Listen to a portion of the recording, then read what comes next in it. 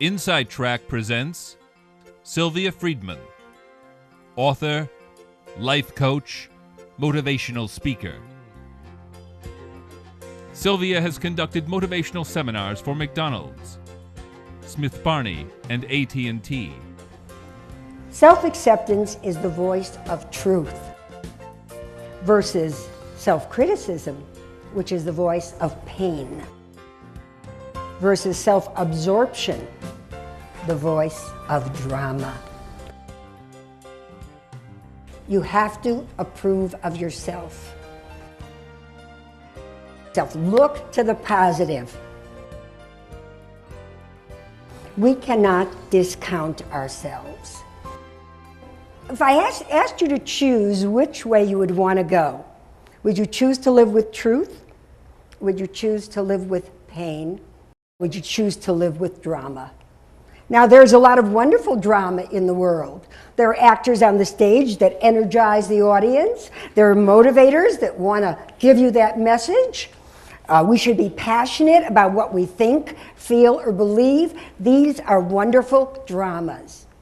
But the drama of making mountains out of molehills, the drama of obsession, thinking about things over and over in your mind till you fog your brain, until you can't make a wise decision, the drama of creating mind stories, which are 75% illusionary.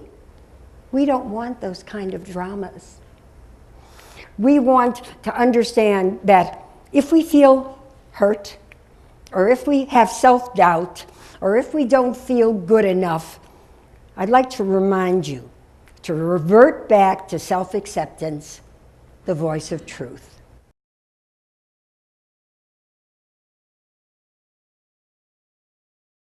Personal and professional success comes from giving ourselves favorable reception.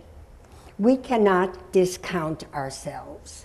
We cannot not recognize the good in us and only recognize the bad or what we haven't done. The most important thing is to realize, I can do that. I'm going to tell you about a funny thing. I have had many reinventions in my life, but the greatest reinvention was when I decided that I was going to be a sports celebrity agent. I am the worst athlete that ever lived. I didn't know how they got the football to the touchdown. I knew you had to kick for soccer. I knew that there were hoops for basketball. And baseball was boring. But I figured I can promote. I can book these athletes. I can negotiate. So I sat down with the owner. It was Burns Sports Celebrity Service. And he was talking to me for about an hour and a half. And I thought, I can do this. I can do this. But I can do this. And I was a sports celebrity agent for 4 years. I managed when the Bears were the Magic team. I had no clue. I'd sit on the 50-yard line and yell, yay! Where did they go? What? What happened here? Oh, they made the touchdown. So, you can almost do anything, really. I mean, I've had so many reinventions because I think I can do that.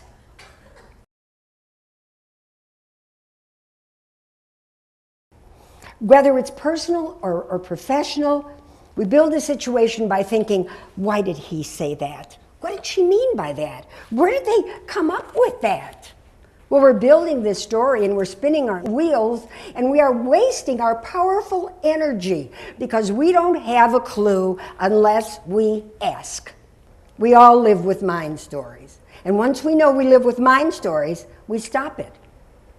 I have a client that I did a big seminar for, and she said, I can't believe this. All of my people are running around saying, this is a mind story. Don't do that.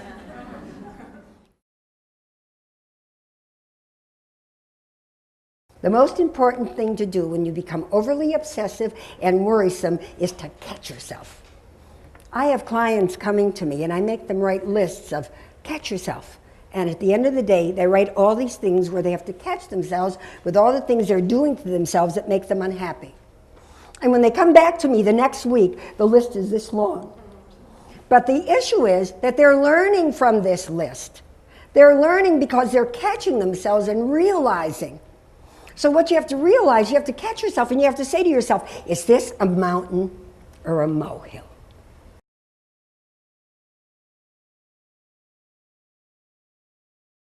Everyone talks about team building. You want to build a team. If the people we are with, both personally and professionally, are not on our wavelength, there is a way of working with them.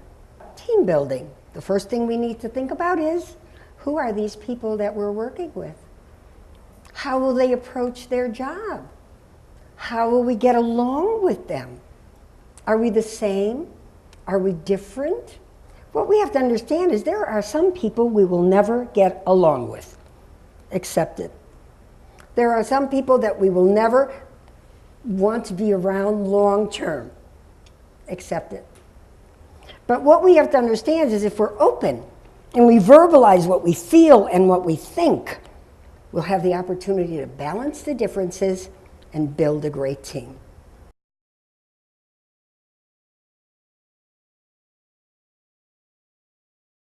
Trust. That's another big one.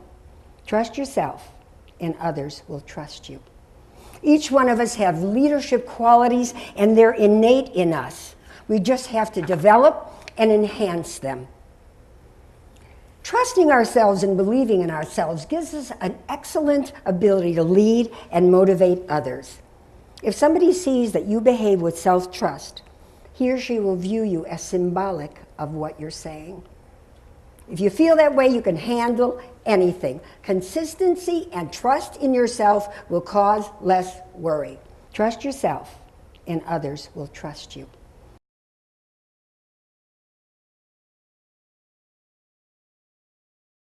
Self-acceptance is learning to understand and value your intellect, learning to understand and value your feelings, learning to understand and value your thoughts. Because once you continue to work on accomplishing these things, what you really feel is that you don't have to act contradictory to what you think, feel, or believe. All you have to do is say what you mean at the time you mean it. Just be yourself. There is always time to say that what I want to do, I can do. And if I'm true to myself and I live with self-acceptance, the voice of truth, rather than self-criticism, the voice of pain, rather than self-absorption, the voice of drama, I will be free and I will be happy. Thank you very much.